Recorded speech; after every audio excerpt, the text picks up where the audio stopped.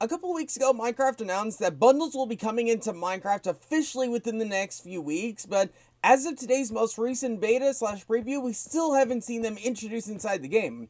More than likely because most of the devs are probably on holiday at this point, meaning the few devs that are still working right now can't get the bundle out like in time and in like a decent fashion yet. Either that or Microsoft just likes taking their time into releasing new previews, I don't know. This most recent one, which was announced about 24 hours ago, I only just managed to get, so who really knows? Who really knows at this point? But all we do know is the fact that there's quite a number of interesting changes and fixes happening inside this most recent preview.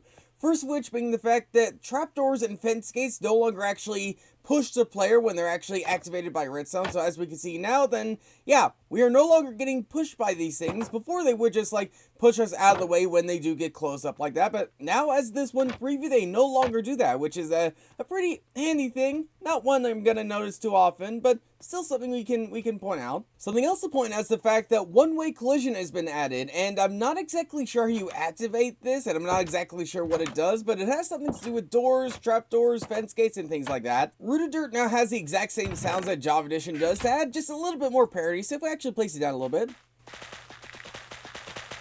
Yeah, it's nothing really too big to notice or anything like that, but it is something you will notice if you are just looking out for certain parity changes or something like that. Also, something to look out for is the fact that copper door sounds have been pitched like slightly differently now. Again, something you're not really going to notice like in average Minecraft rules, but something you might pick up if you're looking for it. Something you are going to pick up for if you're looking for it is the fact that Trail Ruins don't actually have slightly damaged anvils that actually generate inside of it. For some reason, for the longest time, we just never had that slight little parity change inside the Trail Ruins, but now as this one preview, you should now be able to see these slightly damaged anvils generate inside the Trail Ruins. And speaking of fighting things inside the Minecraft world, break time for smooth cores has been slightly changed to what it was to match Java Edition, and again, you're probably not going to notice anything too much, but if you are looking out for it, then you might pick up something, such as the fact that Pillar Quartz has been now named to Quartz Pillar. That's such a weird naming decision before, but yeah, now it makes a little more grammatical sense, if you want to call it that way, which is good. Making more sense like that is a good thing. Such as the fact that adding game tips for touch controls for crouching. For some reason, I believe when you are on touch or when you are on like mobile or something like that, the ability to crouch is just something that's not really too obvious for new players, but now that should be a little bit more obvious now with this new game tip. Something else that's a little more obvious is the fact that if you say quick swap a torch from the inventory into your hotbar, then for some reason the texture of the torch in your hand would be a little weird, but now as this one preview, as we can see, it is just how it's supposed to be.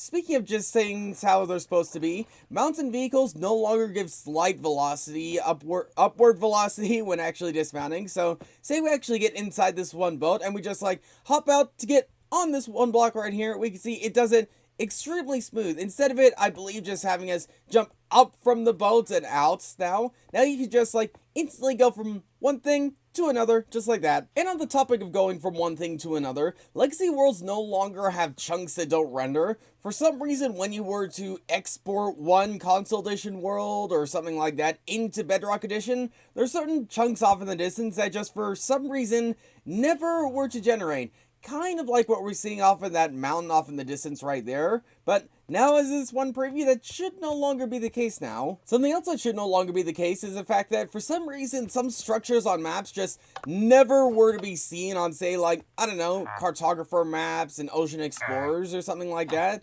but now as this one preview, yep, we are definitely seeing the structure on the screen now, on the map, which is definitely a good and welcome change. Speaking of good and welcome change, one of the most annoying things is the fact that bogs, for some reason, levitated over boats in some of the more recent previews, but now as this one preview, that should no longer be the case, and I don't know if I'll be able to get this to work right now, considering I'm in survival, but, yep, okay, we can see they're just getting in the boat, no more levitating, I'm about to die, all things are good. Almost as good as the fact that Ominous Vaults now have an 80% chance of dropping rare loot as opposed to 20%. I believe there was a hotfix that actually had this change release inside the most recent like update, but for some reason inside the changelog that's just been something that's been just talked about. I don't know what they were going on about, but yeah, now you should be able to get 80% of good loot rather than 20% of just good